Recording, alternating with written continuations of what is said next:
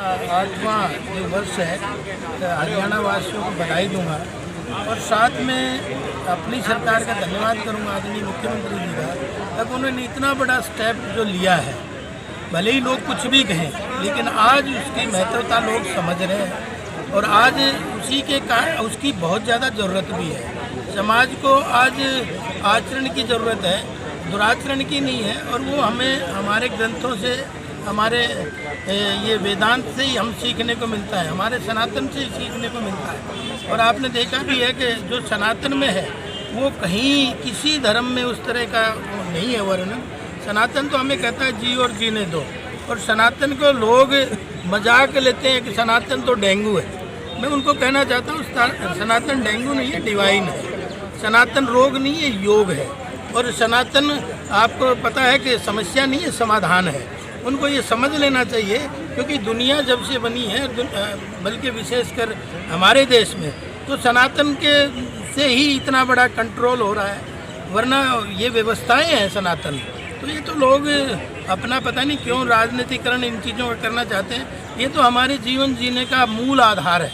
रोहतास सिंह वाल्मीकि नगर पार्षद मनोनीत।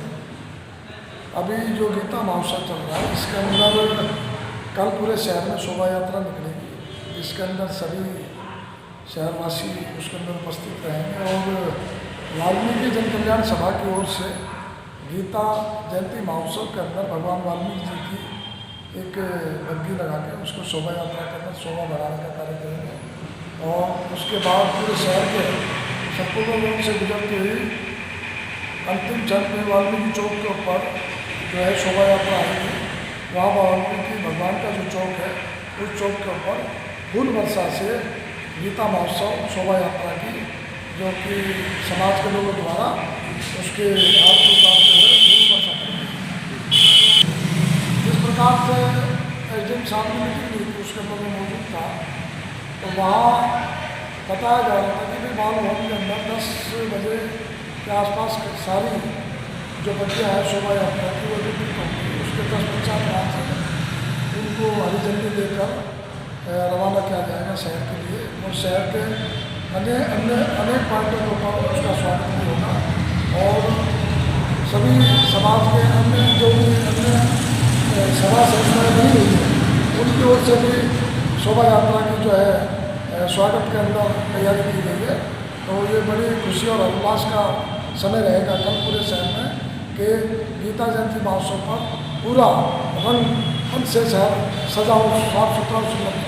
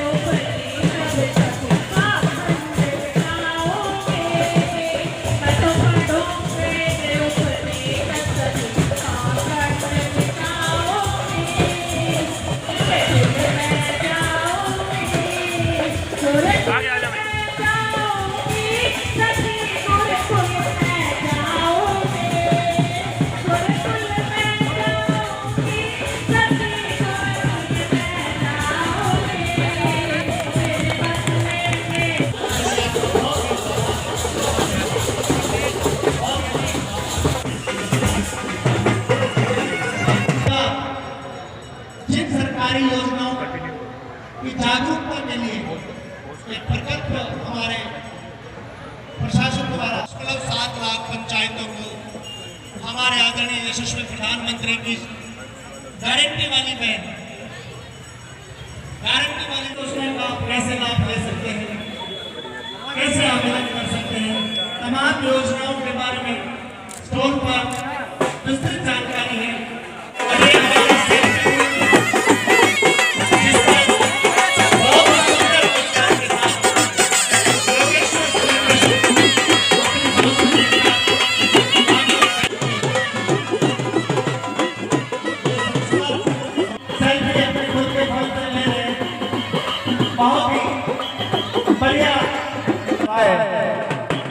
जब जब इस पृथ्वी पर धर्म की हानि होती है, अधर्म बहुत बढ़ जाता है, तब मैं पृथ्वी पर आता हूँ और अलग अलग रूप में अवतार लेता हूँ अपनी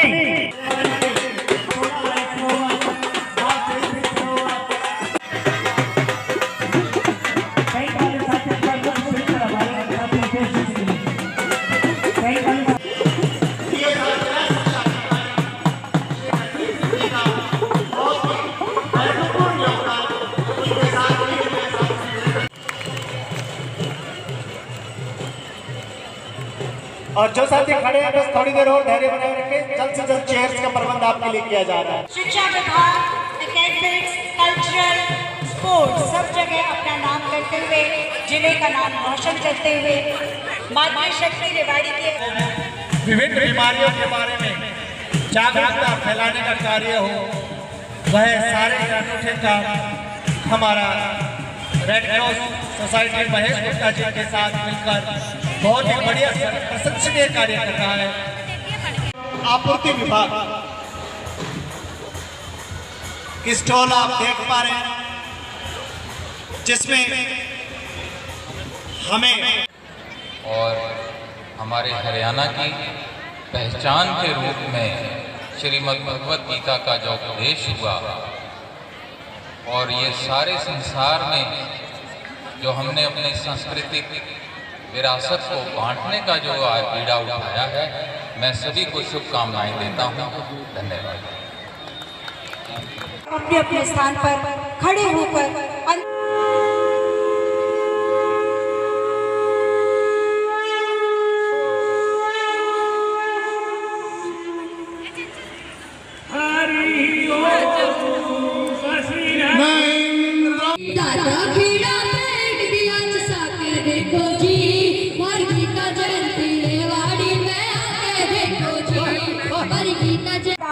एवं हमारी तरफ से आपका यहाँ आने पर आभार, धन्यवाद कि आप अपने इतने कीमती समय में से जहाँ सारे आप देखो जी मर गीता जयंती रेवाड़ी में आकर देखो जी, मर गीता जयंती रेवाड़ी में आकर देखो जी।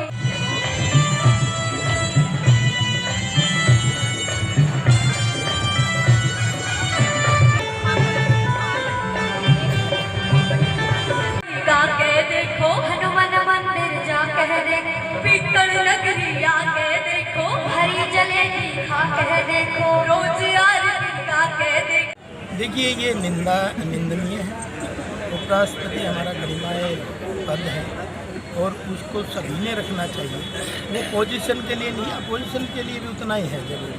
तो उस गरिमा को तो सबको ध्यान रखना चाहिए और जो इस तरह की राजनीति करते हैं दुनिया उसको समझ रही है और उनका इंतज़ाम भी कर रही है। और आपने देखा भी है पिछले अभी 3-4 राज्य 5 राज्यों के चुनाव थे, उसमें देख भी लिया। अब ये बुझते हुए दिए हैं, किसी न किसी कुकर्म के साथ तो खड़े ही होते हैं। आपने देखा है कि जब भी आपने JNU का भी हाल देखा, उसमें भी भारत माँ तेरे टुकड़े होंगे इंशाल्लाह इंशाल्लाह, उनके साथ कौन खड़े थे?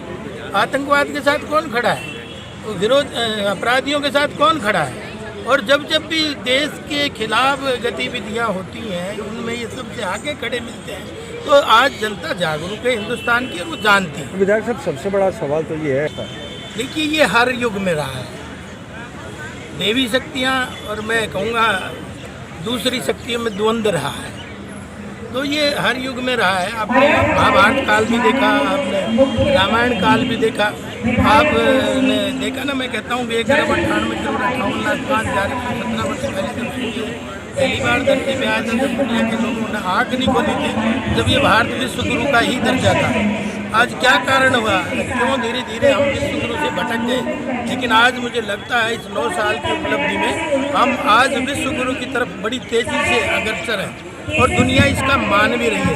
चाहे वो आर्थिक मामले ले लीजिए, चाहे वो आत्मनिर्भर के मामले ले लीजिए, और चाहे आपने देखा यूक्रेन और रूस का युद्ध था, तो किस तरह से युद्ध रुकवा के आज वो ताकत देश बन गया है।